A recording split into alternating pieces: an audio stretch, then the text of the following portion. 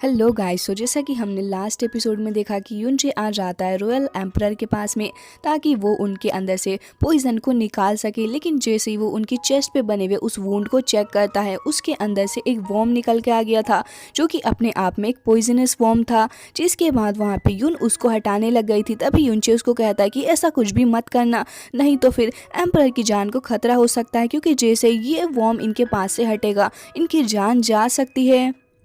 जिसके बाद royal emperor भी काफ़ी ज़्यादा घबरा चुके थे और कहते हैं कि आखिर किसने मेरी बॉडी के अंदर इस अजीब सी घटिया चीज़ को डाल दिया। और युन भी कहती है कि आखिर फादर हील कैसे होंगे। तभी युनचे कहता है कि मुझे लगता है कि ये सोल डिवोरिंग तोंगमिंग ही है जिसने कि ये सब कुछ किया है। लेकिन जहाँ तक मैं जानता हूँ, जब तक ये वॉर्म तुम्हारे फादर की बॉडी के अंदर एग्जिस्ट करेगा तब तक ही वो जिंदा रह पाएंगे। और जहाँ तक मुझे पता है इस वॉर्म का लाइफ स्पैन सिर्फ 5 सालों का होता है। और जहाँ तक मैं समझता हूँ इसने काफ़ी सारे साल तो पास कर ही लिए हैं। तभी एम्परर कहते हैं कि 3 साल हो चुके हैं इस वुंड को। तभी वो कहता है कि मुझे बताओ कि आखिर किसने मेरे साथ में ये किया है, मैं उसके टुकड़े टुकड़े कर डालूंगा, मैं उसे छोड़ने नहीं वाला। कहता है कि मुझे लग रहा है कि ये तो एल्डर गू मैन का काम हो सकता है। ये सुनते ही वो दोनों हैरान हो जाते हैं और यून कहती है कि नहीं, वो ऐसा कभी भी नहीं कर सकते, बल्कि वो तो काफ़ी ज़्यादा अच्छे और पावरफुल इंसान है जो कि काफ़ी वक्त से हमारे साथ में है और हमारी चैंग फेंग रॉयल फैमिली के साथ में उनके काफ़ी अच्छे रिलेशनशिप्स भी रहे हैं। वो भला क्यों ही मेरे फादर के साथ में ऐसा करेंगे। तभी एम्परर कहते हैं कि गलती मेरी ही है जो मैंने किसी के ऊपर भी ऐसे ही ट्रस्ट कर लिया और अब मैं इसकी वजह से सफ़र भी कर रहा हूँ। इस रॉयल पावर के चक्कर में लोग बहुत ही ज़्यादा बुरे तरीके से गिरते हैं और वो कुछ भी करने को तैयार हो जाते हैं। जिसके बाद युन भी काफ़ी ज़्यादा परेशान होते हुए अपने फादर के पास में ही बैठ गई थी। तभी वो कहते हैं कि मुझे लगता है कि अब आपको जाना चाहिए, क्योंकि मैं अब इस मैटर के ऊपर कुछ ना कुछ सोचूंगा ही। तभी वहाँ पे युनचे कहता है कि मेरे पास में एक सवाल है, लेकिन मुझे डर लग रहा है कि कहीं ये रॉयल फैमिली के सीक्रेट को रिवील ना कर दी, क्या मैं आपसे पूछ सकता हूँ। तभी वो कहते हैं कि अब तुमने मेरी इतनी ज़्यादा मदद की है ये सब कुछ पता लगाने में, तो अब तो ये डिपेंड करता है कि सवाल कैसा है, तुम पूछ सकते हो। तभी वो कहता है कि आपने काफ़ी वक्त से प्रिंसेस को सबके सामने हाइड करके रखा है। मैं समझता हूँ कि प्रिंसेस की सेफ्टी काफ़ी ज़्यादा इंपॉर्टेंट है, लेकिन अब जब आपको पता चल ही चुका है कि आपके साथ में प्रॉब्लम क्या है और आपको पॉइजन दिया गया है, तो फिर आप कोई फास्ट तरीका क्यों नहीं ढूंढते हैं इससे डील करने का। मुझे उम्मीद है कि हम कुछ ना कुछ हल निकाल लेंगे। तभी वो कहते हैं कि मैं ऐसा इसलिए नहीं कर रहा क्योंकि मेरे पास में हमारे एंसिस्टर त्यान जियान विला के लोग भी मौजूद हैं, तो अगर मुझे कुछ होगा तो वो लोग तुरंत ही एक्शन लेंगे। और वैसे भी मेरे उनके साथ में काफ़ी अच्छे रिलेशनशिप्स रहे हैं, तो मैं समझता हूँ कि अगर मैं उन्हें बुलाऊंगा तो वो लोग ज़रूर से ही आएंगे मेरी हेल्प के लिए। वजह से मैं फ़िलहाल अभी शांत बैठा हुआ हूँ, क्योंकि रॉयल फैमिली को कोई भी ऐसे थ्रेटन नहीं कर सकता है। तभी युनचे कहता है कि मुझे लगता है कि आपको प्रिंसेस को प्रोटेक्ट करने के लिए और अपने क्लैन को प्रोटेक्ट करने के लिए कोई ना कोई एक्शन तो लेना ही होगा, क्योंकि यहाँ पे 3 मेजर सेक्ट्स और भी हैं जो कि बहुत ही ज़्यादा पावरफुल हैं। तो भला ये सारे ही लोग त्यान जियान विला के लोगों से क्यों ही डरेंगे। तभी वो कहते हैं कि शायद तुम्हें ये नहीं पता कि 4 मेजर सेक्ट कितने ही ज़्यादा पावरफुल क्यों ना हो, लेकिन हमारे त्यान जियान विला की जो स्ट्रेंथ है वो भी बहुत ही ज़्यादा अनकम्पेरेबल है और ये लोग उसका मुकाबला नहीं कर सकते, चाहे ये चारों के चारों सेक्ट ही साथ में आके क्यों ना खड़े हो जाएं। अभी लोग बातें ही कर रहे थे, तभी वहाँ पे एक और पर्सन आ जाता है और कहता है कि एम्परर, बाहर कुछ लोग आए हुए हैं जो कि फ़िलहाल उस टूर्नामेंट के लिए लेटर लेके आए हैं और ये लोग त्यान जियान विला से ही हैं। ये सुनते ही वहाँ पे वो कहते हैं कि तुम जाके बाहर बात कर लो और मैं फ़िलहाल यहाँ पे रेस्ट करना चाहता हूँ, क्योंकि मैं बहुत ही ज़्यादा थक चुका हूँ। जिसके बाद वो कहती है कि ठीक है फादर। तभी वो कहते हैं कि देखो, जाने से पहले मुझसे वादा करो कि तुम दोनों ही किसी को भी इस बारे में बिल्कुल भी नहीं बताओगे, क्योंकि अगर कैपिटल के अंदर किसी को भी इस बारे में पता चला तो फिर सारे ही लोग बहुत ही ज़्यादा घबरा जाएंगे। और मैं ये भी नहीं चाहता कि बाहर जो लोग मौजूद हैं जो कि मेरे दुश्मन हैं उन्हें इन सारी बातों के बारे में पता चल जाए। जिसके बाद ये दोनों ही बाहर आ जाए। प्रिंसेस कहती है कि ब्रदर युनचे, क्या मेरे फादर को क्योर करने के लिए कोई हमारे पास मेडिसिन नहीं है। तभी वो कहता है कि हाँ ऐसा है, और मुझे ये लगता है कि इस सोल बर्निंग पॉइजन को ख़त्म करने के लिए हमें सोल बर्निंग फ्लावर की नीड होगी, जो कि 1000 ईयर्स के अंदर ही पाया जाता है। वो बहुत ही ज़्यादा रेयर है और उसको ढूंढना बहुत ही ज़्यादा मुश्किल भरा काम है। तभी प्रिंसेस यून कहती है कि ठीक है, अगर फादर को हील करने के लिए मुझे उस फ्लावर को लाना पड़ा तो मैं उसे लेके भी आऊँगी। जिसके बाद हम देखते हैं कि तियानजियान विला से लिन यून और साथ साथ लिन शियाओ वहाँ पे आए हुए थे, जो कि दोनों ही आके प्रिंसेस को ग्रीट करते हैं। तभी प्रिंसेस भी उनके पास आ गई थी और कहती है कि आप तो यहाँ पे काफ़ी वक्त बाद आए हैं, वैसे 2 साल हो चुके हैं हम दोनों को, जब लास्ट बार हम लोग उस बेटल में मिले थे उसके बाद से तो कभी मिलना ही नहीं हुआ।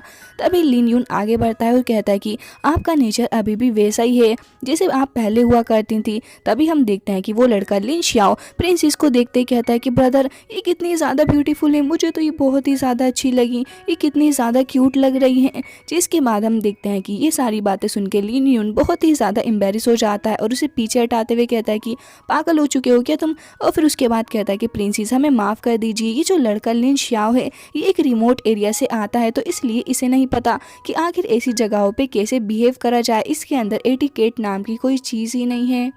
ये सुनते ही लिन शियाओ उसके ऊपर भड़कने लग जाता है और कहता है कि ज़रा बताओ मैंने क्या गलती की है, मैंने यही तो बोला है ना कि प्रिंसेस इतनी ज़्यादा ब्यूटीफुल है, तो मैंने गलत क्या कह दिया। तभी यून उसके पास आ जाती है और कहती है कि ब्रदर आप भी काफ़ी ज़्यादा क्यूट हैं। तभी वो उसके पास आके उसके हाथों को पकड़ लेता है और कहता है कि प्रिंसेस सिस्टर आप कितनी ज़्यादा ब्यूटीफुल हैं और आपकी वॉइस तो इतनी ज़्यादा अच्छी और प्यारी है, क्या आप मेरी वाइफ बनना चाहेंगी, मुझसे शादी कर लीजिए। ये सुनते ही यून और साथ साथ यूनचे दोनों ही बहुत ही ज़्यादा हैरान हो जाते हैं कि कहीं इस लड़के का दिमाग इसके पैरों में तो नहीं आ चुका है। जिसके बाद यूनचे को काफ़ी ज़्यादा गुस्सा आ रहा था, लेकिन वो कुछ नहीं कहता इस बच्चे की बातों को सुन के। जिसके बाद लिन यून आगे बढ़ता है और कहता है कि प्रिंसेस हमें माफ़ कर दीजिए, इस लड़के को नहीं पता कि क्या वाहियात बातें कर रहा है। तभी वो कहता है कि ब्रदर यून मैं क्या ख़राब बातें कर रहा हूँ, ये मुझे इतनी ज़्यादा प्यारी लग रही हैं तो बस मैं इनसे शादी करना चाहता हूँ। तभी यहाँ पे यूनचे को गुस्सा आ गया था और वो आगे बढ़ते हुए कहता है कि अब मैं और नहीं रुक सकता और उससे कहता है कि मैं तुम्हें बता दूं लड़के की प्रिंसेस तुमसे शादी नहीं कर सकती क्योंकि वैसे भी इन्हें कोई और पसंद है। ये सुनते ही लिन शियाओ को बहुत ही ज़्यादा गुस्सा आ जाता है और वो कहता है कि आखिर कौन है वो। तभी वो कहता है कि वो एक बहुत ही ज़्यादा फेमस पर्सन है, एक मिरेकल डॉक्टर।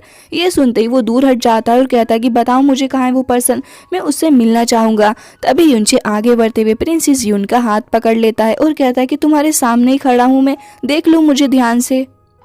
ये सुनते ही लिन शियाओ को चक्कर से आने लग जाते हैं। वो पीछे हटते हुए कहता है कि तुम्हारी हिम्मत भी कैसे हुई प्रिंसेस का हाथ पकड़ने की, उनका हाथ छोड़ो समझे तुम, और तुम भला इतने ज़्यादा अच्छे भी नहीं दिखते, मैं तुम्हें चैलेंज करना चाहूँगा। तभी यूनचे आगे बढ़ जाता है और कहता है कि क्या तुम मजाक कर रहे हो और भला तुम मुझे चैलेंज कैसे कर सकते हो, और उसे भी काफ़ी ज़्यादा गुस्सा आने लग गया था। तभी हम देखते हैं कि लिन यून और प्रिंसेस यून भी दोनों को ही दूर हटाते हुए कहते हैं कि आप इतना ज़्यादा सीरियस क्यों हो रहे हैं। और प्रिंसेस यून भी कहती है कि ब्रदर ये तो बस एक छोटा बच्चा है, आप इसकी बातों को इतना ज़्यादा दिल पे ना लगाएं। तभी यूनचे कहता है कि हाँ ठीक है, वैसे भी मैं इस बच्चे को इतनी ज़्यादा इंपॉर्टेंस नहीं दे रहा। तभी उसे गुस्सा आ जाता है और वो कहता है कि क्या कहा तुमने, बच्चा, आखिर कौन तुम्हें यहाँ पे बच्चा दिख रहा है, मैं बहुत ही ज़्यादा बड़ा हूँ और पावरफुल भी हूँ और अब तो मैं तुम्हें दिखा के रहूंगा कि आखिर मैं हूँ क्या चीज़। जिसके बाद वो तुरंत ही पीछे चला जाता है और फिर अपनी ढेर सारी स्पिरिचुअल पावर को समन करने लग गया था और तुरंत ही अपनी सोर्ड को भी समन कर लेता है। तभी हम देखते हैं कि यूनचे भी अपनी उसी हेवनली सोर्ड को समन करते हुए वहाँ पे पटक के शो ऑफ करता है। जिसके बाद लिन यून उसके पास आ जाते हैं और कहते हैं कि ब्रदर आप लिन शियाओ को ज़्यादा ही हल्के में ले रहे हैं, लेकिन मैं बता दूँ कि ये लड़का बहुत ही ज़्यादा पावरफुल है। भले ही वो काफ़ी ज़्यादा यंग हो, लेकिन वो अपने लिन शुआन स्टेज के 3rd लेवल पर है। ये सुनते ही यहाँ पे यूनचे की तो हालत ही खराब हो जाती है क्योंकि उसने अभी अभी अपना लिंगशुआन लेवल का 1st लेवल अचीव किया है। जिसके बाद बेचारा बहुत ही ज़्यादा परेशान हो गया था और हम देखते हैं कि जैस्मीन कह रही थी कि मैंने तुम्हें पहले नहीं बताया, भले ही तुम्हारी ट्रेनिंग काफ़ी ज़्यादा हार्ड हो और तुम इस लड़के से ज़्यादा स्ट्रॉन्ग हो, लेकिन ये लड़का भी कुछ कम पावरफुल नहीं है। कितना ही ज़्यादा मज़ा आएगा आज की ये फाइट देखने में, मुझे तो ऐसा लग रहा है कि तुम्हारे ऊपर अच्छे से टॉर्चर होने वाला है। जिसके बाद यूनचे भी उसके पास आ जाता है और कहता है कि जब तुम्हें सब कुछ पहले से ही पता था तो फिर तुम मुझे बता नहीं सकती थी क्या। वो कहती है कि मैंने तुम्हें इसलिए नहीं बताया क्योंकि मुझे पता है कि अब यहाँ पे बहुत ही ज़्यादा ड्रामा होने वाला है जिसे मैं इंजॉय करूं, क्योंकि तुम दोनों अपने प्यार के लिए फाइट करने वाले हो। जिसके बाद लिन यून लिन शियाओ के पास जाता है और उसे कहता है कि रहने दो लिन शियाओ, तुम भला क्यों ऐसे बिहेव कर रहे हो। तभी वो कहता है कि मैं कैसे भी बिहेव नहीं कर रहा, मुझे बस अपने प्यार के लिए फाइट करनी है और भला इसमें गलत ही क्या है। जिसके बाद हम देखते हैं कि यूनचे भी कहता है कि ठीक है, अगर ये लड़का फाइट करना चाहता है तो फिर मैं इसे मना नहीं करूंगा, लेकिन ये एक रॉयल पैलेस है तो फिर ठीक है, हम लोग सिर्फ 3 मूव्स के अंदर ही डिसाइड करेंगे कि आखिर कौन जीतेगा और कौन हारने वाला है, बताओ तुम्हें मंजूर है। तभी वो कहता है कि हाँ हाँ बिल्कुल, मैं तो तुम्हें अपने 1st मूव के अंदर ही हरा दूंगा, समझे तुम। जिसके बाद युनचे कुछ ज़्यादा ही ओवर कॉन्फिडेंट हो गया था और कहता है कि ठीक है, जो भी इसको जीतेगा वही प्रिंसेस से शादी करेगा, ठीक है, और मैं तुम्हें रोकने भी नहीं वाला। और अगर तुम हारे, तभी वो कहता है कि बस करो तुम, मैं हारने नहीं वाला, समझे तुम, और मैं यहाँ हारने के लिए आया नहीं हूँ।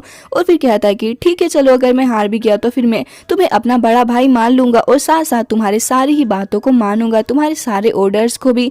तभी वो कहता है कि ठीक है चलो फिर स्टार्ट करते हैं। जिसके बाद हम देखते हैं कि वो अपने ओरा को रिलीज करते हुए अपनी काईशान सोड को अपने शोल्डर के ऊपर रखते हुए कहता है कि ठीक है चलो स्टार्ट करो। और हम देखते हैं कि यहाँ पे उसकी पावर को देखते हुए युनचे कहता है कि मैंने इस लड़के को कुछ ज़्यादा ही अंडर एस्टिमेट कर लिया, इसकी स्ट्रेंथ तो वाकई में काफ़ी ही ज़्यादा है, मुझे भी अपनी पूरी पावर का यूज़ करना होगा। तभी हम देखते हैं कि युनचे उसकी आंखों में काफ़ी ज़्यादा तेज़ी के साथ देखता है और वो लड़का काफ़ी ज़्यादा तेज़ी के साथ आगे बढ़ते हुए अटैक कर देता है युनचे के ऊपर। दोनों के ही पास में हेवनली सोर्स थी, तो इस वजह से दोनों की काफी सारी स्पिरिचुअल एनर्जी रिलीज होती है और हम देखते हैं कि दोनों ही काफी ज्यादा दूर जाके रुकते हैं। जिसके बाद युनचे को गुस्सा आ रहा था और कहता है कि ये लड़का सिर्फ और सिर्फ 16 साल का है, लेकिन फिर भी इसने मुझे इतने बुरे तरीके से गिरा दिया। तभी लिन शाओ को देखते हैं जो कि कह रहा था कि मैंने भी इसे अंडर एस्टिमेट कर दिया है, अपनी फुल पावर का यूज़ करना होगा। और हम देखते हैं कि वो वहाँ पे अपनी पावर का यूज़ करते हुए तुरंत ही एक बार फिर से अटैक करने वाला था, जो कि इस बार अपनी माइटी सोर्ड फॉर्मेशन फेंग हुआ को समन करते हुए तुरंत ही एक स्लैश अटैक कर देता है, जिससे ढेर सारी एनर्जी रिलीज हो रही थी। और लिन युन कहता है कि ब्रदर युनचे थोड़ा केयरफुल रहना, लेकिन तभी युनचे भी अपनी मिस्टिक पावर का यूज़ करते हुए आगे बढ़ता है और उसके ऊपर अटैक कर देता है। इस बार हम देखते हैं कि लिन शाओ की हालत थोड़ी खराब हो चुकी थी और दोनों ही सोच रहे होते हैं कि अब आखिर थर्ड मूव में होने क्या वाला है। जिसके बाद वो लड़का खड़ा हो जाता है और कहता है कि इसको तो सबक सिखाना ही होगा। युनचे उसकी तरफ देख के कहता है कि लड़के तुम हार मान लो, तुम्हारे लिए अच्छा होगा। तभी वो कहता है कि मैं हार मान जाऊं, मैंने तो अभी अपनी फुल स्ट्रेंथ का यूज भी नहीं किया। जिसके बाद वो तुरंत ही अपनी सोर्ड को ऊपर उठाते हुए ढेर सारी स्पिरिचुअल पावर को समन कर लेता है और एक काफी बड़ी सी स्पिरिचुअल सोर्ड वहाँ पे आ जाती है। तभी लिन युन उसे कहता है कि पागल हो चुके हो क्या ब्रदर, युनचे को मारोगे तुम। तभी हम देखते हैं कि उसने अपनी त्यान रेई जियान हुआ सोर्ड को समन कर लिया होता है, जो कि बहुत ही ज्यादा पावरफुल और बड़ी थी। तभी वो तुरंत युनचे के ऊपर अटैक कर देता है और उसकी पावर इतनी ज्यादा होती है कि युनचे की हेवनली सोर्ड भी उसको नहीं रोक पा रही हो। वो लगातार प्रेशर को बढ़ाता जा रहा था, लेकिन युनचे भी अपनी पावर का यूज करते हुए एक बार फिर से उसकी सोर्ड को दूर हटा देता है और कहता है कि बस अब बहुत हुआ तुम्हारा। और हम देखते हैं कि वो स्पीड के साथ में आगे बढ़ते हुए अपनी मिस्टिक पावर के थ्रू ढेर सारे अटैक्स करता जाता है उस लड़के के ऊपर, जिसकी वजह से हम देखते हैं कि फाइनली वो लड़का जाके काफी ज्यादा दूर गिरता है। और इसी के साथ में ये एपिसोड हो जाता है एंड आई होप आपको अच्छा लगा होगा।